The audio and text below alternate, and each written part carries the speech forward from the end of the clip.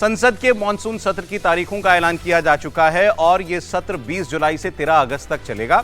पिछले संसद सत्र के बाद देश में बहुत कुछ बदल चुका है और आज हमारा पहला सवाल ये जिस पर हम लोग मेहमानों से बात करेंगे, क्या ये आने वाला पार्लियामेंट सेशन, ये संसद सत्र असल मायनों में ऐतिहासिक होने वाला है? क्या वाकई में ये तारीखें 20 जुलाई से लेकर 13 अगस्त ये इतिहास के पन्नों में दर्ज होंगी? क्योंकि इसमें इतने बड़े बड़े काम करने की तैयारी सरकार की तरफ से है और क्या वो तैयारी पूरी हो चुकी है, मेहमान आपको बताएंगे। लेकिन पिछले सत्र से क्या क्या हुआ? बंगाल में बीजेपी की पहली बार सरकार बन गई, टीएमसी में टूट तेजी से जारी है, टीएमसी के 28 में से 20 सांसद टूट कर अलग हो चुके हैं और वो इसी सत्र में बीजेपी का समर्थन करने के लिए पूरी तरीके से तैयार हैं। राज्यसभा में भी टीएमसी के 13 में से 3 सांसद इस्तीफा दे चुके हैं और ये टूट केवल टीएमसी तक नहीं रुकी। आम आदमी पार्टी के राज्यसभा के 7 सांसद बीजेपी में पहले ही शामिल हो चुके थे और अब उद्धव गुट के 9 में से 6 लोकसभा सांसदों ने शिंदे गुट के साथ हाथ मिला लिया है। तो इसका असर संसद में केवल सिटिंग अरेंजमेंट पर ही नहीं पड़ने वाला है, संसद के दोनों सदनों में एनडीए की ताकत काफी बढ़ गई है। सवाल है 2/3 का। एनडीए को जितने उसको काम करने हैं बीजेपी की सरकार को, उन सबके लिए 2/3 बहुमत की जरूरत है। तो क्या वो 2/3 बहुमत सरकार ने हासिल कर लिया है? कौन कौन से बड़े बिल सरकार ला सकती है? पहले ताजा प्रकरण से शुरुआत करते हैं। ये 130वां संशोधन विधेयक जिसके मुताबिक देश में प्रधानमंत्री, मुख्यमंत्री, मंत्रियों को अगर किसी केस में 3 महीने तक जेल में रहना पड़े तो 31वें दिन उनकी कुर्सी अपने आप चली जाएगी, उनको इस्तीफा देना पड़ेगा वरना।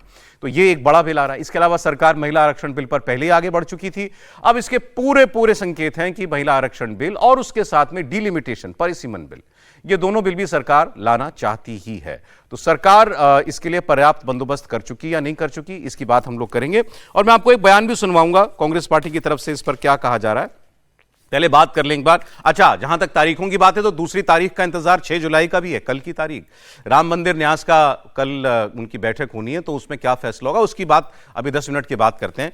पहले ये बात हम लोग खत्म कर लें, क्या ये सत्र वाकई हिस्टोरिक होगा आपके लिहाज से त्रिपाठी जी? और जितने हमने 3 खास तौर पर बिल की बात की, क्या सरकार इन पर आगे बढ़ने का मन बना चुकी है और मोस्ट इंपॉर्टेंटली क्या सरकार के पास नंबर्स हैं?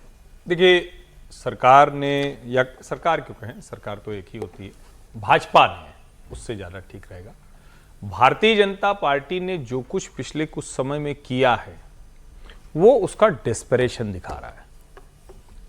भारतीय जनता पार्टी की सरकार को लग रहा है कि हमारे हाथ से एक बड़ा अवसर गया है, उस अवसर को हमें फिर से खींच कर लाना है। और वो अवसर कौन सा है? वो अवसर है जो परिसीमन वाला है, जिसमें 50% शायद सीटें बढ़ाने का एक, जिसको कहें कि एक यूनिफॉर्म फॉर्मूला ले आ रहे हैं कि 50% सीटें सबकी बढ़ाओ, जिससे कि बहुत ज्यादा बवाल ना हो और उत्तर, दक्षिण, पूरब, पश्चिम जो कहा जाता है किनके, वो सब हो।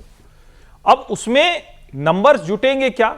तो पिछली बार दिख गया कि सरकार नंबर से बहुत पीछे थी, मतलब इतनी पीछे थी कि वो वहां तक पहुंचने की दूर दूर तक संभावना नहीं थी। इसके बीच में तमिलनाडु का चुनाव हो गया, इसके बीच में बंगाल का चुनाव हो गया, चलिए असम वगैरह तो छोड़ ही दीजिए, लेकिन तमिलनाडु और बंगाल ने पूरा जो नंबर डायनेमिक्स है उसको बदल दिया है।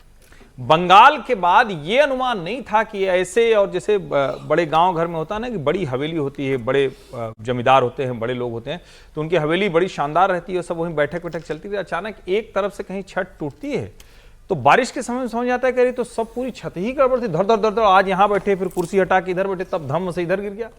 तृणमूल कांग्रेस की हालत कुछ वैसी ही हो रही, एकदम से अचानक लग रहा है कि सब टूट टूट के गिर रहे हैं।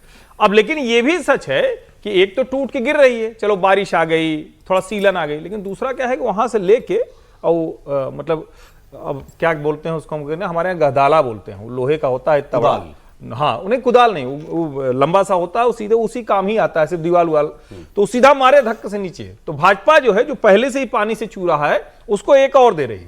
तो ये ऋतव्रत से लेकर और इधर काकोली घोष दस्तीदार तक वही कर रहा है। और जो डीएमके वाला हुआ, ये राहुल भैया है, मतलब मोदी जी तो अपना काम कर ही रहे हैं, राहुल जी भी मोदी जी के साथ मदद कर रहे हैं। हालांकि जो जयराम रमेश जी का ताजा बयान है वो ये कह रहे हैं कि अब हमारे पास नंबर है, अब उनको हम नंबर नहीं ले देंगे। लेकिन निश्चित तौर पर यह सत्र भारतीय जनता पार्टी की सरकार हिस्टोरिकल करना चाहेगी, सिर्फ परिसीमन वाला ही नहीं, वो इसको भी जोड़ेगी जो मुख्यमंत्री, प्रधानमंत्री, मंत्री, हाँ, जो कि अगर जेल में गए तो कुर्सी गई। आप